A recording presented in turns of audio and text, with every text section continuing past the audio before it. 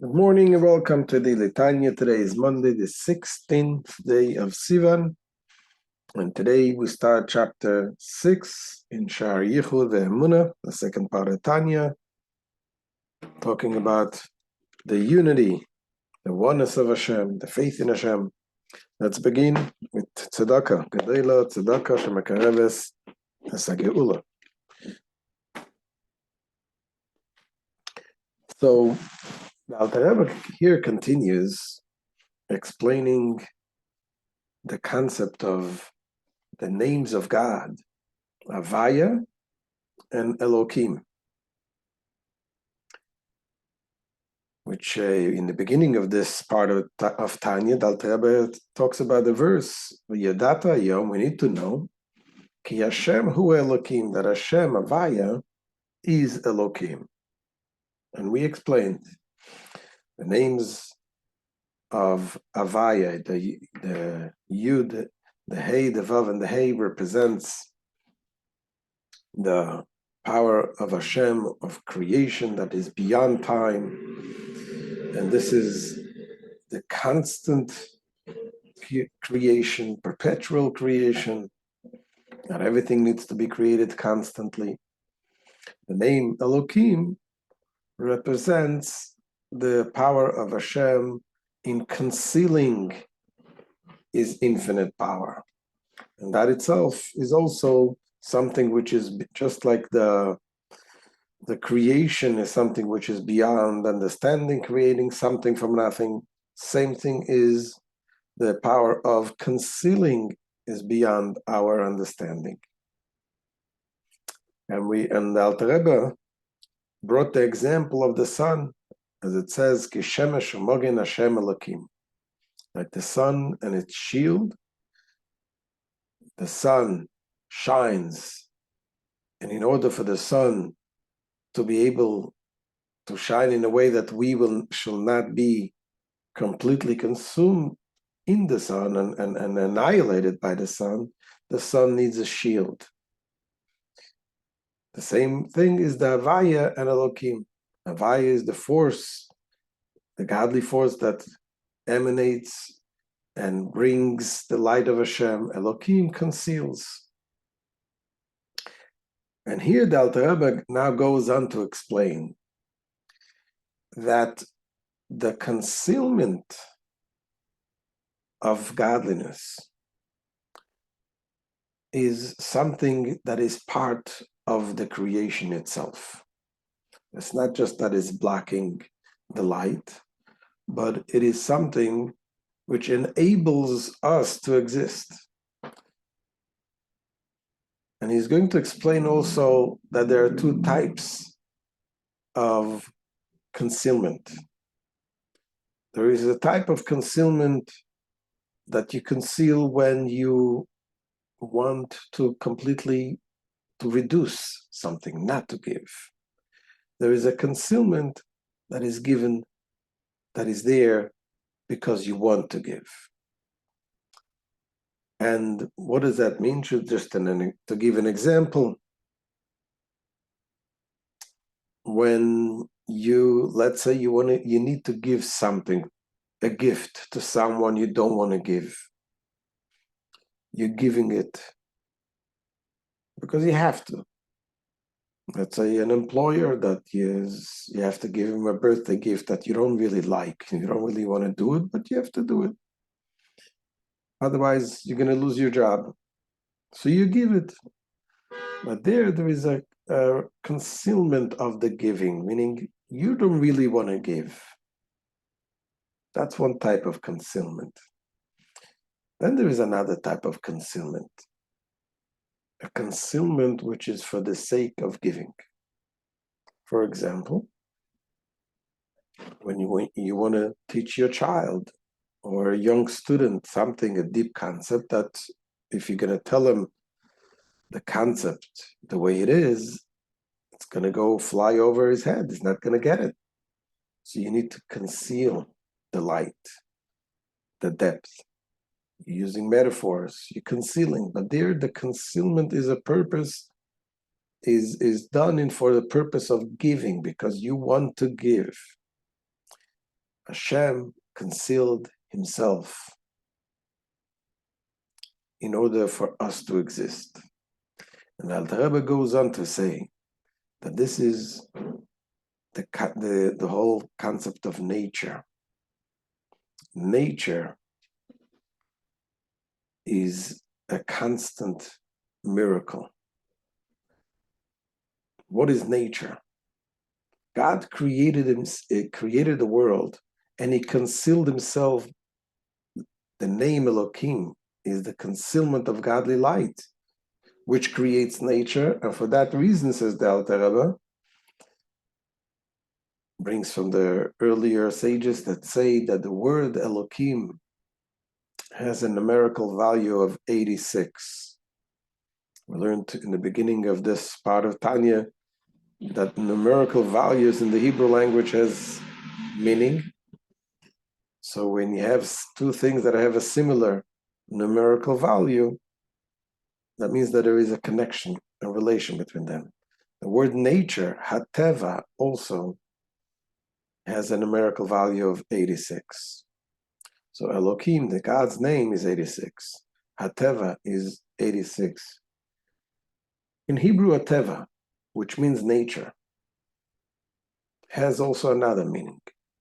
Teva means when something is drowned, is sunk in the water. It's called tava. When something is drowned and it's sunk in the water, the thing exists there, but it's concealed by the water. And the same thing is godliness. In the nature is godliness, which is concealed.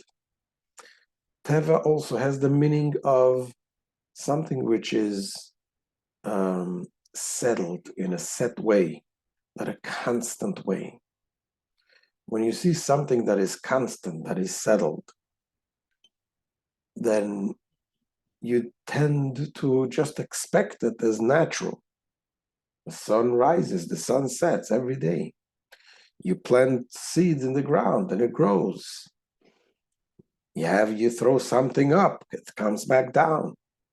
It's all the laws of nature. It is settled and it's constant. And that is why people don't see that there is something godly in it. This is the idea of the Teva also, that God conceals himself in the nature, so we don't see the godliness, or we see the constancy.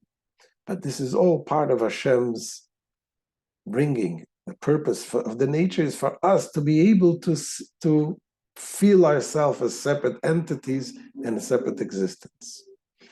Let's see what the Alter Rebbe says inside.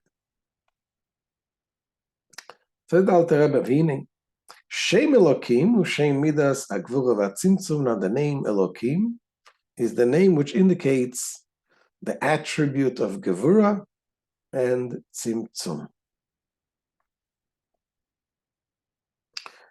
So each of God's name denotes a particular divine attribute. The name pronounced Kael, for example, indicates the attribute of Chesed, attribute of kindness.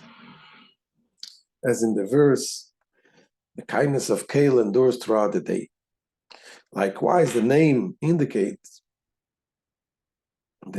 indicates the attributes of Gevura or Tzimtzum, which means contraction and severities, is Elokim. Meaning, when the light of the Ein Sof garbs itself in the attribute of Gevura to bring about its own tzimtzum and concealment, it is known by the name Elokim. Therefore, it is also numerically equal to the word Hateva, nature, which equals 86. Because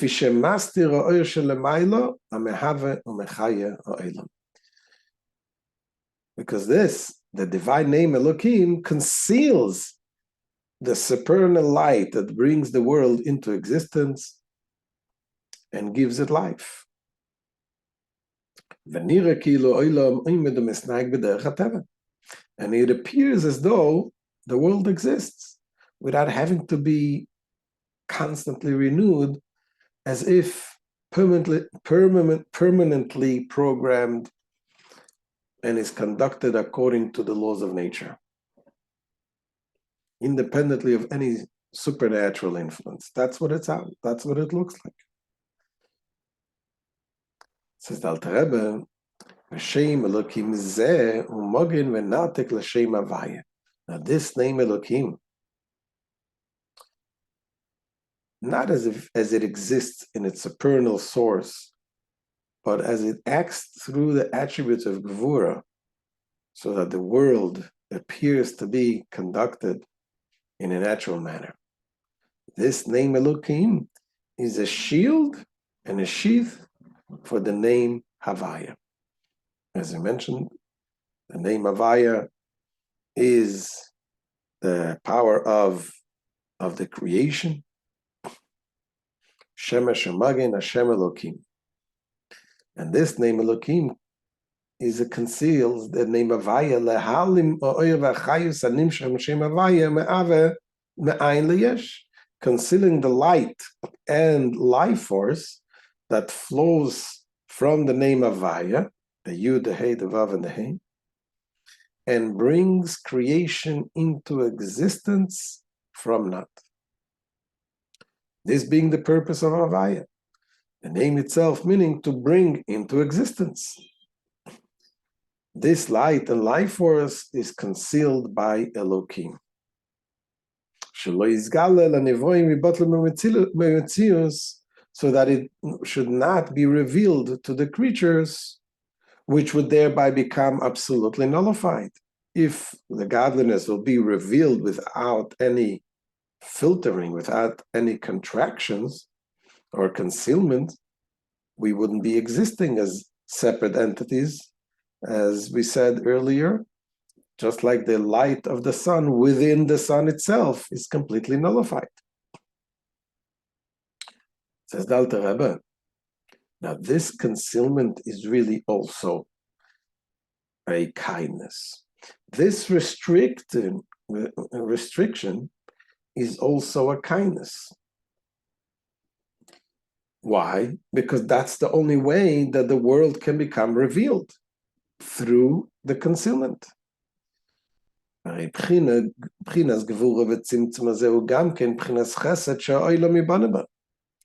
quality of this Gevura and Tzimtzum is also an aspect of Chesed through which the world is built.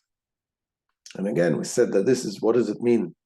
This Gevura, this Tzimtzum, this contraction, because there's also another type of contraction.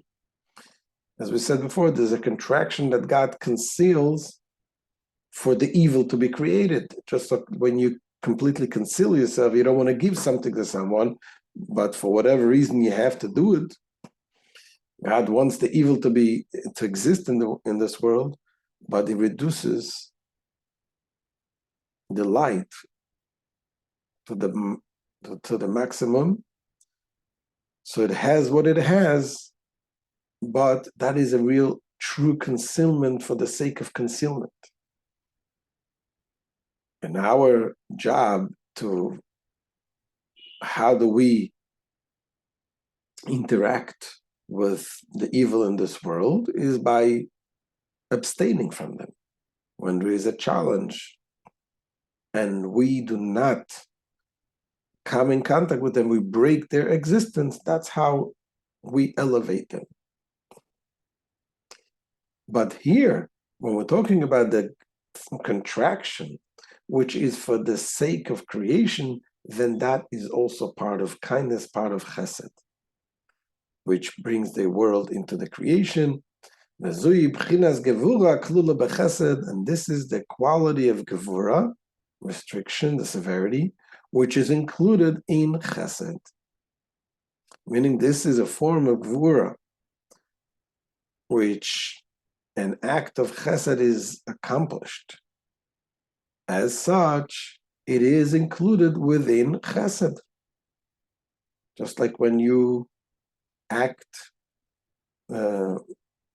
by disciplining a child, the act itself may seem like an act of restriction, an act of severity, but yet it is an act of kindness, because it comes out of the kindness that you love your child and you want to be kind to the child and you want the child to grow up with the proper morals.